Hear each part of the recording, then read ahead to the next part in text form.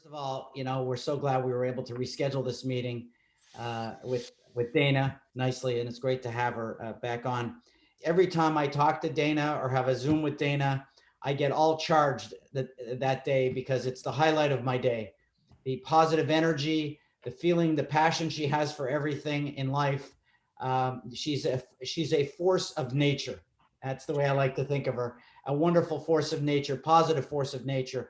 And on the less personal side, she joined BGU in 2017. I'm going to get all these names wrong. She was the founder of Yazamut 360, an entrepreneurial center at the university. And she also was at the CACTUS Fund, which was to support students' entrepreneurial ideas. So for all of us, we love entrepreneurs. She's going to introduce us to a world of entrepreneurs who all want to be more successful and do business here from Israel. She was also a producer at Israel's Channel 2 television news, which was associated with the Associated Press Television and Fox News, for those Fox fans out there. She has a BA in political science and literature. That's quite a combination. That's long term papers from my world when I went to school. Those were the longest term papers of any faculty. She has an executive MBA in integrative management from Hebrew University in Jerusalem. And I'm telling you, I don't want to talk a lot about her because you're going to make up your mind about her when she's done talking to us for about 20 minutes, and then we'll have a Q&A. But clearly, she has really won me over in a big way. And I think she's going to do that with you too. So with total feeling and admiration, Dana, I'm going to turn it over to you. So thank you. I'm wowed, and I haven't even started yet. So first of all, I'm just so excited to talk to all of you. Thank you for waiting for a month for me to heal. It certainly was a surprise fall about a month ago, and now I'm really well. I think I'll start by telling you why am I at BGU. I think the why is the most important thing, really, for everyone, just to wake up and know what you're doing in the morning. And I actually, what brought me to BGU 3 years ago was a visit.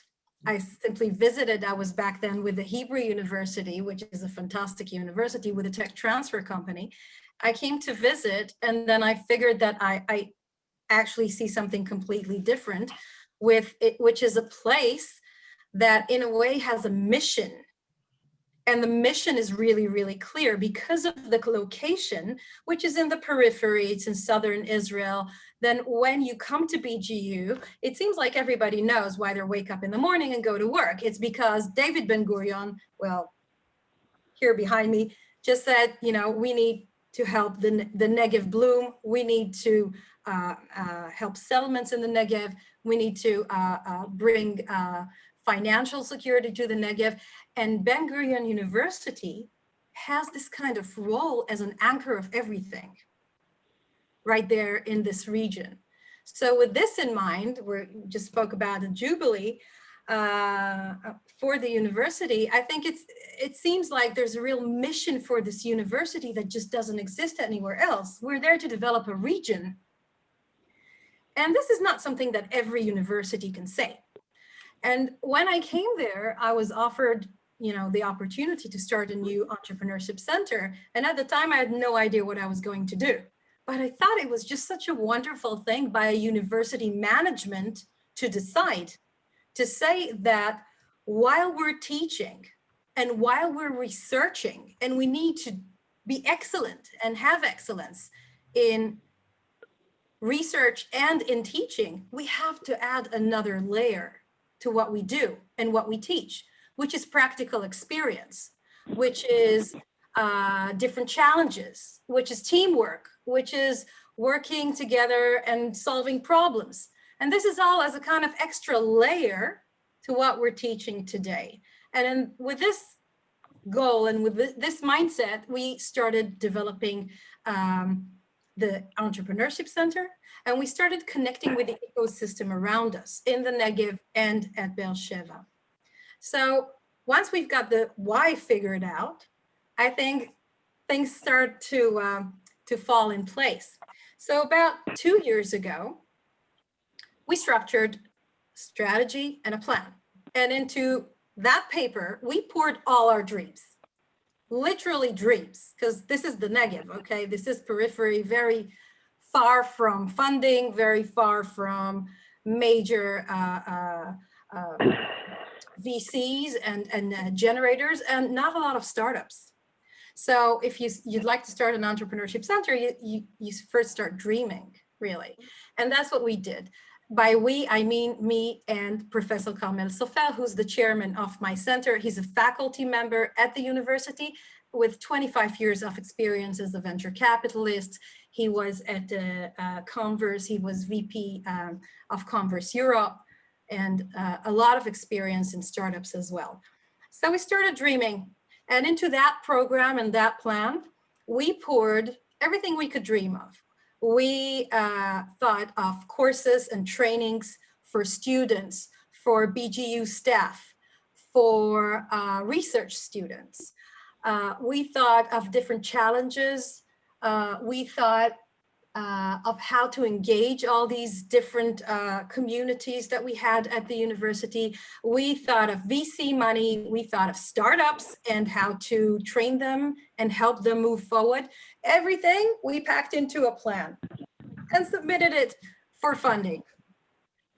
We were lucky enough to get some funding from the Council of Higher Education and start our center. 2 years, fast forward, 2 years later, here we are today. And today what we have is something that I am personally very proud of. So I'm going to share a few slides and show you what we've done. So here we are. So as I said, we're moving with time. Universities need to stay relevant. We need to add another layer to the learning experience. And that's what we're doing at Yazamut 360. And the word Yazamut in Hebrew means entrepreneurship. We had to choose between the Hebrew and the very long French word. We went for the Hebrew. So Yazamut 360, that's the name of our center. And as Eve just mentioned and stole the line from me, yes, we did go up 3 places in the PitchBook Universities report. We're at the top 50 universities producing VC-backed entrepreneurs, and we're very, very proud. We're actually the only university that went up 3 places this year. Mostly actually thanks to JFrog and such companies that really got their big investments this year. And as I said, we're thinking big. And the one thing that leads us is, first of all, we have to think big. We have to dream big. Jeffrey taught this to me on my first session with him. He said, top. This is where you aim to. And I so agree with him. And I do believe that we're on the right path and in the right direction. And this is what I'd like to show you now. So fast forwarding 2 years, here's where we stand today. This is an awful Zoom picture. I agree, okay? It looks awful, but I tell you why I'm showing it to you.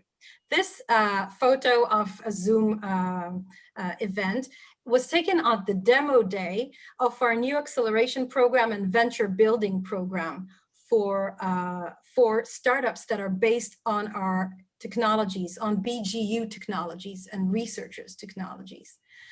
The reason I'm so proud of it is that what you see here is not the typical audience for a university. Here in this frame, eventually there were about 200 people in this event. First of all, we had 6 researchers showing their startups, not research, their new startups after a 5-month program. All of it was on Zoom because we started in May. So a 5-month program teaching them how to start up companies. We partnered them with entrepreneurs, with mentors, and with business leaders that wanted to run their companies and different founders. All of them came to this event together with potential investors, VCs, business leaders. All of them came to hear the 6 new startups that Oasis has to offer. Oasis is the name of our new acceleration program. The 2 people you see here on the right are Michel Assayag, who's leading the project, and his co-pilot, Yulia Segalin. Why am I so proud of this? This is the kind of event that would probably be very difficult to arrange if it wasn't for this collaboration of different elements together. As you see here, the byline, powered by IBM AlphaZone, we partnered with IBM AlphaZone to start this new acceleration program. They brought in all their experience together with their landing pad in Rhode Island, which is close to where you are. And now we have this program that teaches researchers actually how to bring their research to market, and our ability to bring different business leaders from all around Israel and investors into this scene was just wonderful, because now we have investors for these startups. And this is what they looked like when they're pitching. The audience is actually looking at BGU researchers, and if you'd like, I can send you the link to the whole event later on. And here they are pitching for the first time, and they're pitching business pitches, and they're doing a fantastic work after a 5 months program. They came every day, every Tuesday, from morning till evening, and studied on Zoom.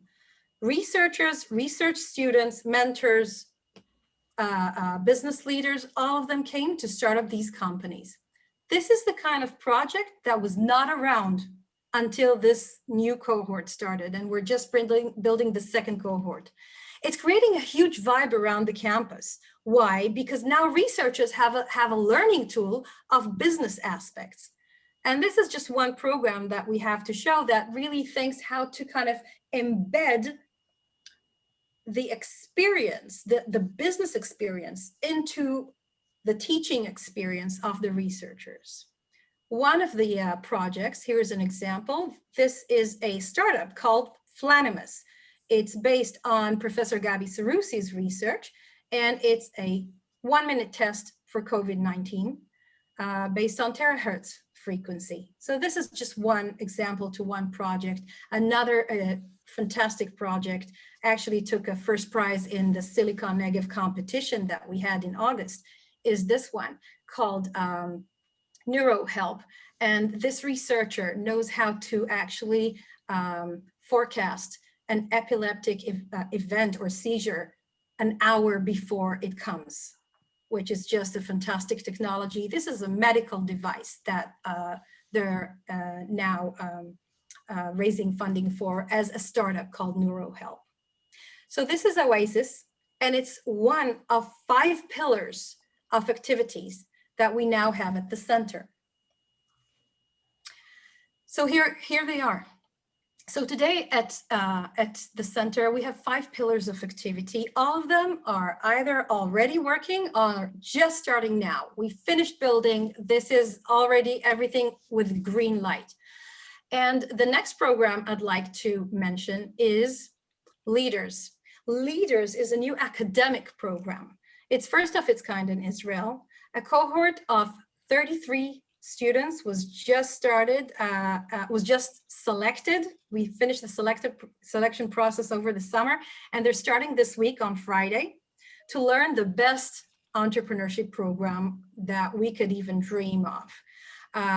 They are going to be learning 3 different layers. They're going to learn an academic program of 4 different courses and strategy and trends and different topics. They're on top of that, they're going to have soft skills and well, self skills and learning. That's another layer of like self-development.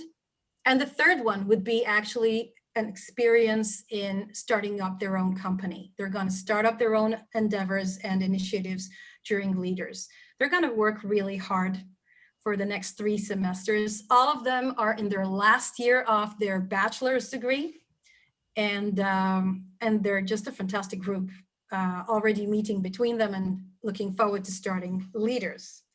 So that's the Leaders academic program. It wasn't easy embedding this program into every different department as academic credited courses in every different department at the campus, but we did it in 5 different faculties. Oh, and by the way, 40% of the selected leaders are women. Jeffrey, I hope you like that statistics. Okay, the first project We actually started. I couldn't hear you, but you're muted. I want more. I'll give you more in a second. No, more than 40%. I'll give you more in a different program. The first project we started 2 years ago is a $1 million fund called CACTUS Capital. And well, Aviva maybe remembers that when I was in Boston a year and a half ago, I spoke about CACTUS, and I was really proud of it back then. We started this fund with $1 million, and it now has about 20 investments already made in student entrepreneurship and student startups.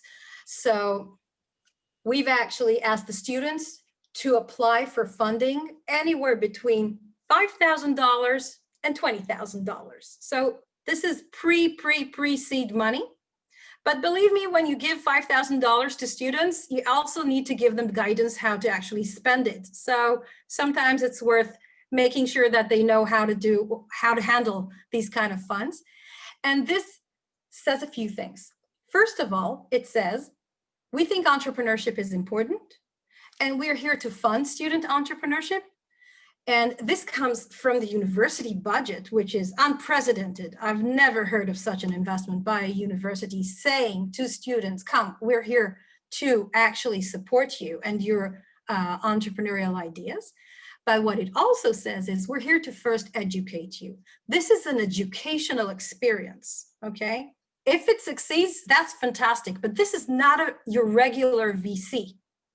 What we're happy to see after 2 years or so, that many of the ones that actually got the $20,000 funding are now reaching stages where they actually get further funding, and they're now looking at different term sheets and so on. So to us, that means that we've chosen them well.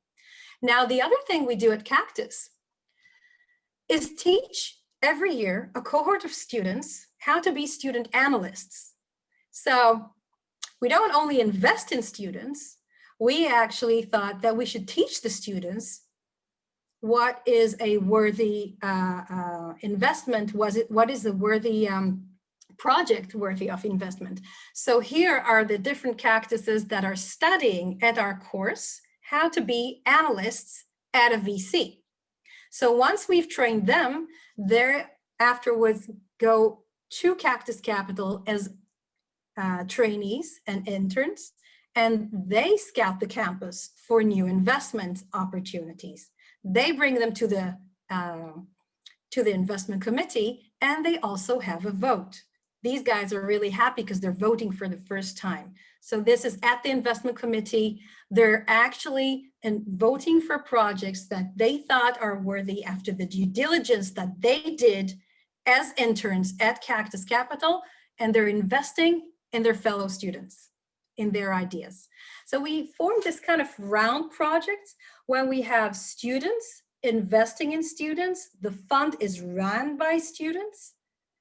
It creates huge vibe in the campus. And what it says is, we're here to educate you in a practical way. This is all about practical experience, whether you're an analyst or whether you're an entrepreneur. We're here to kind of give you the whole experience. And just a few examples, because if I wouldn't give examples, then it would all be in the air. So this is a company called SiteBit. It was actually one of the first investments we've had.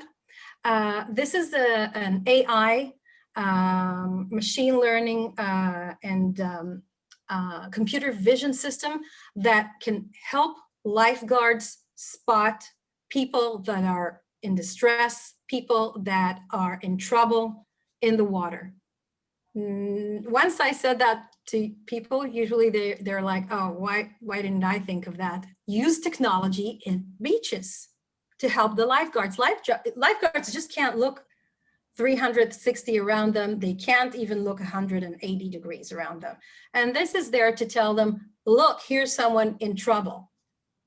And this this technology is already in a pilot in a few of the beaches in Israel. They're talking to US companies.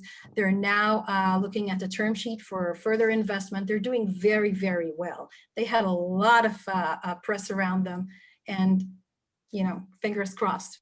I think they have very nice potential. Another company is Deltica.